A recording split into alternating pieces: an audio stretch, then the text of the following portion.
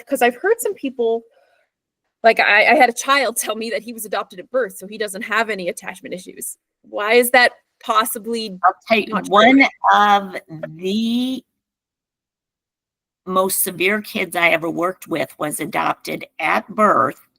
Mom had done the artificial breastfeeding and the whole 9 yards. Then they had a birth child, excellent parents. But this boy was, when he was 13 years old, dad was up on the roof of their house doing some repair work. The boy knocked the ladder down and went after mom and brother with a shovel.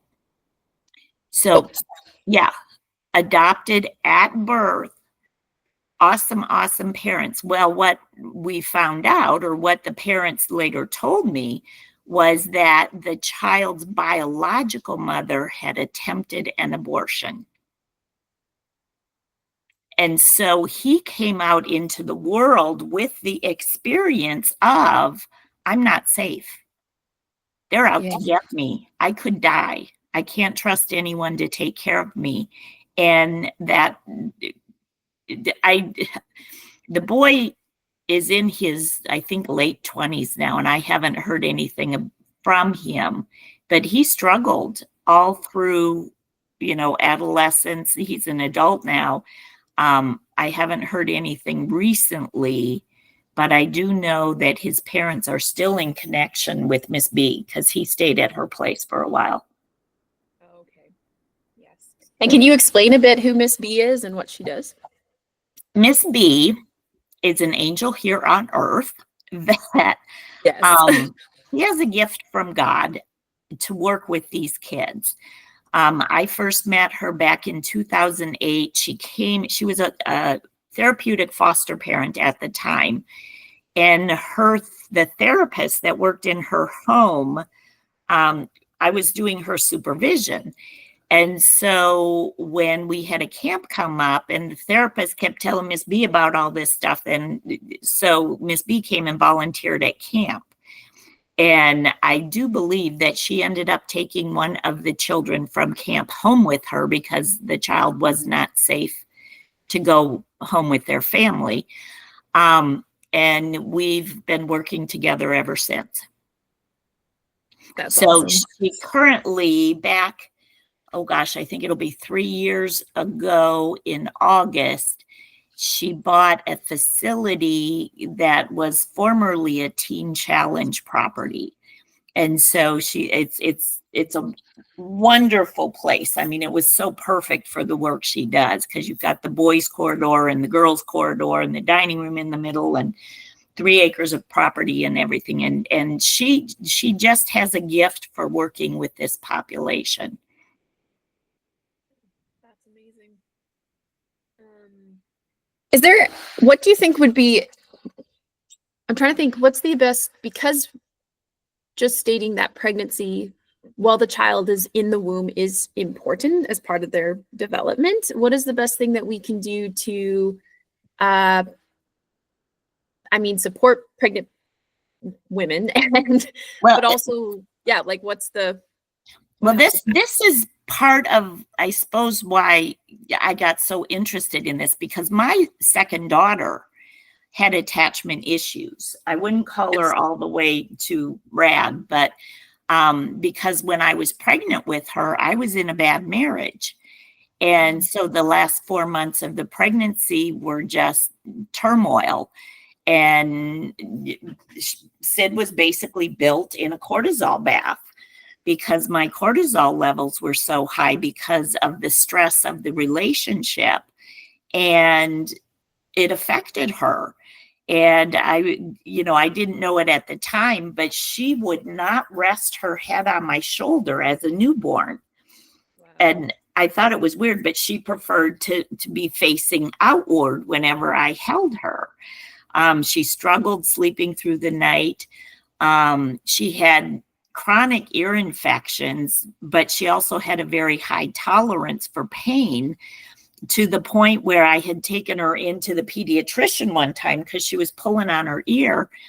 And the pediatrician said to me, "Teresa, why'd you wait so long?" I'm like, "What are you talking about?" She says, both her ears are so inflamed. She has to be in very much pain.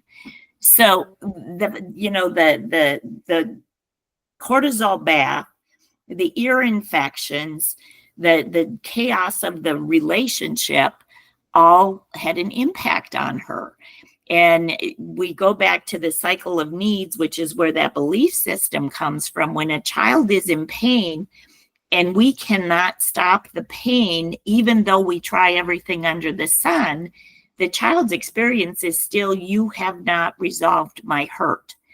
And so I have to do it myself. And that is the start of that lack of trust.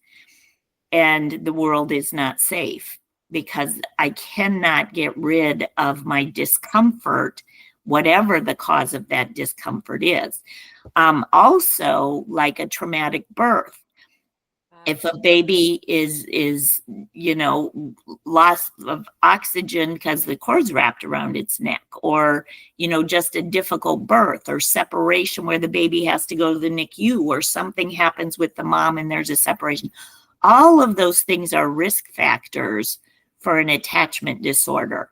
And there's nothing that you can say, if a child goes through this, they will definitely have an attachment disorder. There's no cause. There's just an accumulation of risk factors. The more risk factors a child has, the more likely that they will develop an attachment disorder. So what can we do to support them? Like traumatic births, there's not a lot we can do to prevent that except for the medical care and all that stuff. But there was a study done down in the University of Miami, and I can't remember the woman's name, but what they discovered was that if you have an infant that had prenatal trauma, if you do infant massage every day for about the first year of life, that has been found to minimize the impact of the trauma. Wow, that's pretty cool. Yeah.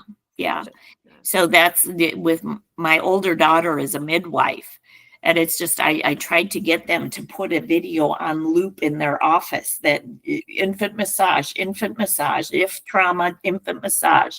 I could never get them to do it, but it would have been awesome. Yes, because then people go, oh, hey, that's a good idea. Yeah, because now you're catching the moms. They're a captive audience while they're sitting at the OBGYN's office, and just get it in their head that if there's a difficulty, this is the best solution for it. Because the sooner you address an attachment issue, the better your likelihood of success and the more positive outcome. Because what happens is the longer the child lives with that belief system that says, I trust no one, the world is dangerous, and there's something wrong with me, the longer they live with that being their belief system, the more ingrained it becomes, to the point that RAD is considered a childhood diagnosis. Once a child turns 18, they no longer call them RAD, even though you'll hear people talking about adult RAD people. They actually diagnose it as a personality disorder at that time, because that belief system is now who that person is. And the chances of changing that are not high.